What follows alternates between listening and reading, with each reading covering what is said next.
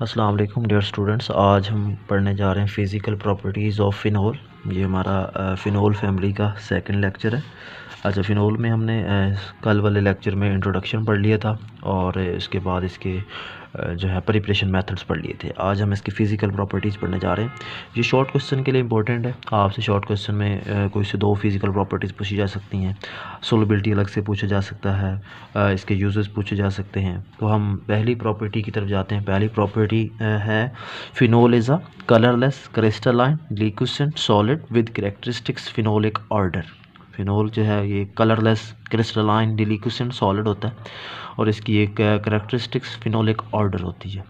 तो ये हमारा पहला पॉइंट हो जाएगा जिसमें इसकी फेज़ को भी बताया जा रहा है और इसकी ऑर्डर को भी डिस्कस किया जा रहा है। दूसरा पॉइंट हमारे पास है मेल्टिंग एंड बॉइलिंग पॉइंट्स का। तो फिनोल का melting point 41 degree Celsius and boiling point 182 degree Celsius होता है। ये सेकंड पॉइंट बन जाएगा। थर्ड पॉइंट है सोलबिलिटी वाला। इसको अलग से आप लिख भी सकते हैं कि जहाँ हम सोलबिलिटी लिख लेते हैं। ये अलग से भी शॉर्ट क्वेश्चन आ जाता है। What is the solubility of phenol, जो what do you know about the solubility of phenol. तो फिनोल की जो सोलबिलिटी है वाटर के अंदर, it is sparingly soluble in water.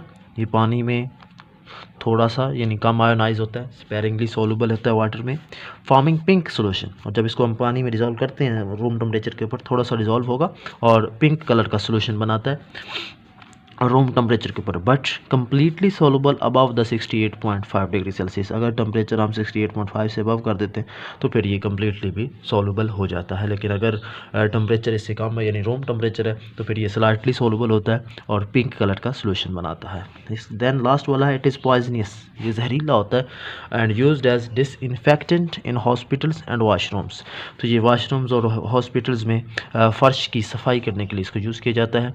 आपने देखा होगा हम हॉस्पिटल्स वगैरह जाते हैं तो वहाँ पे एक स्पेसिफ़िक फ़र्श से वो थोड़ी थोड़ी देर के बाद उसको वॉश भी कर रहे होते हैं, वो सफाई कर रहे होते हैं और वहाँ से एक स्पेसिफ़िक स्मेल आ रही होती है और वो जो स्पेसिफ़िक स्मेल है वो इसकी होती है फ़िनोल की, क्योंकि फ़िनोल वहाँ बार बार यूज़ किया जा रहा होता है।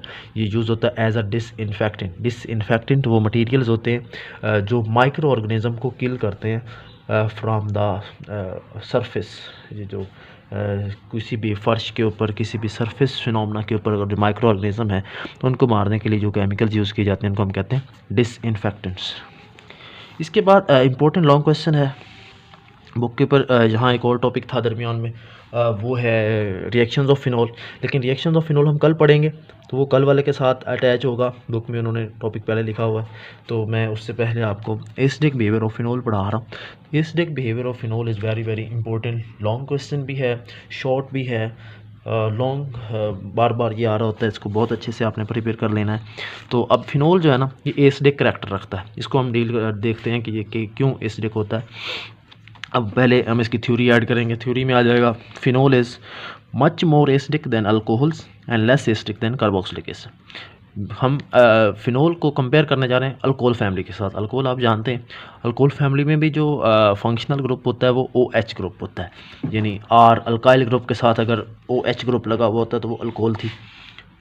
और अगर वही OH ग्रुप बेंजीन रिंग के साथ अटैच हो जाता है, किसके साथ, बेंजीन रिंग के साथ अगर अटैच हो जाता है तो फिर ये क्या बन जाता है, फिनोल। अब ये फिनोल है और जब ये किसी CH2R इसके साथ अल्काइल ग्रुप के साथ लगा हुआ है तब ये अल्कोहल था। अल्कोहल में भी वैसा ही फंक्शनल ग्रुप है और फिनोल में भी वैसा ही है, लेकिन फिनोल ज़्यादा एसिडिक है इससे। अब रीज़न क्या है वो हम देखने जा रहे हैं। तो यहाँ लाइन आ जाएगी phenol is much more acidic than alcohol and less than the carboxylic acid. Carboxylic acid चूँकि वो मेन क्लास ही एसिड्स की है तो वो तो ज़्यादा होने ही हैं, लेकिन अल्कोहल से ये ज़्यादा क्यों है इसको हम देखते हैं। अब इसकी एक करैक्टर उसने बता दिया कि readily dissolve in alkalies. Alkalies का यानी बेस के साथ अगर आप इसको रिएक्शन करवाते हैं, अल्कली का दूसरा नाम बेस भी होता है। जब इनको हम बेटे बेसिस का साथ रिएक्शन करवाते हैं अल्कलीज के साथ, that it's to we effect on the litmus paper. ये रेडली डिजोल्व तो हो जाता है लेकिन लिटमस पेपर के साथ इसका जो इफेक्ट है वो बहुत कम है। जैसे आपने ऐसे छोटी क्लासेस में पढ़ा होगा कि जो एसिड्स होते थे वो ब्लू लिटमस को रेड में कन्वर्ट करते थे और जो बेसिस होती थी वो रेड से ब्लू में। तो और लिटमस पेपर इस पर भी हम pH वगैरह फाइंड करते थे, डिफरेंट कलर्स आते थे। तो फिनोल का इसके साथ बहुत मिनिमम या वीक इफेक्ट होता है लिटमस पेपर के साथ। देन इसका डिसोसिएशन कांस्टेंट दिया हुआ है KA, ये हर एसिड जो भी सब्सटेंस एसिडिक बिहेवियर रखता है उसका डिसोसिएशन कांस्टेंट होता है, और वो फिनोल का आ रहा है 1.3 × 10⁻⁻10। ये भी बताता है कि ये काफ़ी छोटी वैल्यू है, तो इसका मतलब हुआ कि ये थोड़ा वीक एसिड ही होता है, लेकिन अल्कोहल से ज़्यादा एसिडिक है, इसलिए हम इसको डिस्कस कर रहे हैं। अब जब हम इसको पानी में डिज़ोल्व कर लेते हैं तो इसकी पीएच बताएंगे कि कितनी इसकी पीएच होती है। तो पीएच जो फिनोल की है, जब हम फिनोल को पानी में डिज़ोल्व करते हैं तो ये पार्शियली सॉल्युबल होता है, यानी स्पेरिंगली सॉल्युबल या लेस सॉल्युबल या slightly soluble in water, but it's solution pH is 5 to 6, 5 या 6 हो सकती है। तो 5 और 6 जो है ये वीक एसिडिक सोल्यूशन को तकरीबन शो कर रहा है। अब हम वो रीज़न पढ़ने जा रहे हैं कि क्यों जो हमारा फिनोल है वो एसिडिक बिहेवियर शो करता है एज़ कम्पेयर टू अल्कोहल्स के, हालांकि दोनों में OH ग्रुप एक जैसे। इससे पहले मैं इसकी आपको फिनॉक्साइड आयन बताता हूँ। जब फिनोल से हम ये H रिमूव कर देते हैं तो बाकी O के ऊपर नेगेटिव चार्ज आ जाएगा, और इसका नाम होता है फिन ऑक्साइड आयन। तो यहाँ वो बता रहा है कि जो फिनोल के एसिडिक होने के रीज़न है वो फिन ऑक्साइड आयन है। कौन है? Phenoxide ion. अब मैं बताता हूँ कि कैसे ये ज़्यादा एसिडिक होता है। असल में किसी भी सब्सटेंस का जो आयन बनता है, जो उसका कंजुगेट बेस जो होती है, वो जितना ज़्यादा स्टेबल होता है, जितना ज़्यादा स्टेबल स्पीशी होगी, उतना ज़्यादा उसका जो एसिडिक स्ट्रेंथ है वो ज़्यादा होगी। सपोज दैट हमारे पास था फिनोल, फिनोल ने क्या किया था, एक OH रिमूव किया। जब फिनोल से एक OH रिमूव होता है तो ये बन जाएगा फिन ऑक्साइड आयन। क्या बनेगा? ये बन जाएगा जी फिन ऑक्साइड आयन। ऑक्सीजन के ऊपर नेगेटिव चार्ज आ जाएगा, इसका नाम है फिन ऑक्साइड आयन। अब फिन ऑक्साइड आयन में होता क्या है, ये जो नेगेटिव चार्ज है ऑक्सीजन के ऊपर, ये यहीं फिक्स नहीं रहता, बल्कि ये इस रिंग के साथ इन्वॉल्व हो जाता है, रिंग में मूव करेगा, डिलोकलाइज हो जाएगा, और यही जब ये नीचे को अटैक करेगा, इस कार्बन के साथ डबल बॉन्ड बनाने जा रहा होगा, इस बॉन्ड को वापस कर दिया जाएगा। तो यूँ आपके पास फ़िलहाल स्ट्रक्चर बन जाएगा, यही वाला जो पहले फिनॉक्साइड आयन इस शेप में था, इस स्ट्रक्चर में था, अब इसकी जो स्ट्रक्चर है वो चेंज हो जाएगी। कैसे?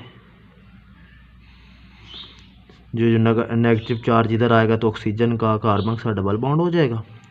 जब इधर डबल बॉन्ड बनने आएगा तो कार्बन अपना ये बॉन्ड ब्रेक करेगा। जब ये ब्रेक करेगा तो यहाँ पर नेगेटिव चार्ज आ जाएगा, बाकी दो बॉन्ड बेंजीन रिंग के अंदर आएंगे। अब ये भी फेनॉक्साइड आयन है, ये इसकी दूसरी फॉर्म आ गई।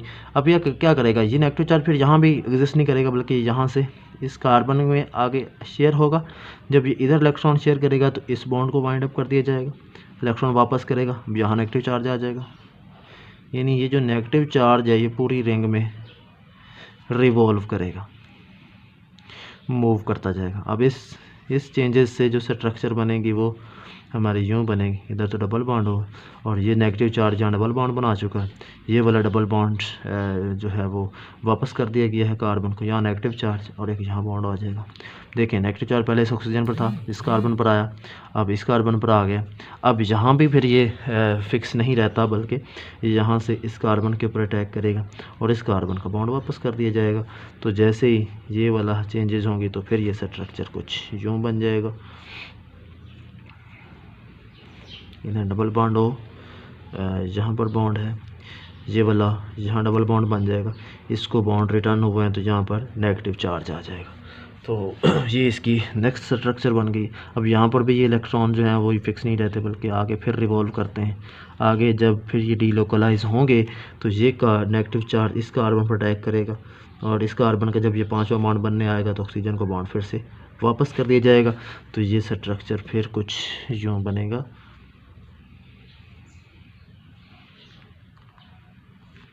सिंगल बॉन्ड ऑक्सीजन, ऊपर नेगेटिव चार्ज आ जाएगा, यहाँ डबल बॉन्ड होगा, यहाँ डबल बॉन्ड होगा, यहाँ डबल बॉन्ड फिर बन जाएगा।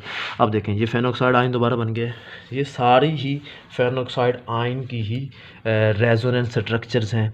तो जितना किसी भी आयन की रेजोनेंस स्ट्रक्चर ज़्यादा होती हैं, इस टर्म को हम नाम देते हैं डीलोकलाइजेशन का, और जितनी किसी सब्सटेंस में डीलोकलाइजेशन ज़्यादा होती है उतना वो आयन ज़्यादा स्टेबल हो जाता है। और अभी मैं आपको बता चुका था कि आयन की जो स्टेबिलिटी है वो डायरेक्टली प्रोपोर्शनल होती है स्ट्रेंथ, एसिडिक स्ट्रेंथ के साथ। मैं लिख देता हूँ,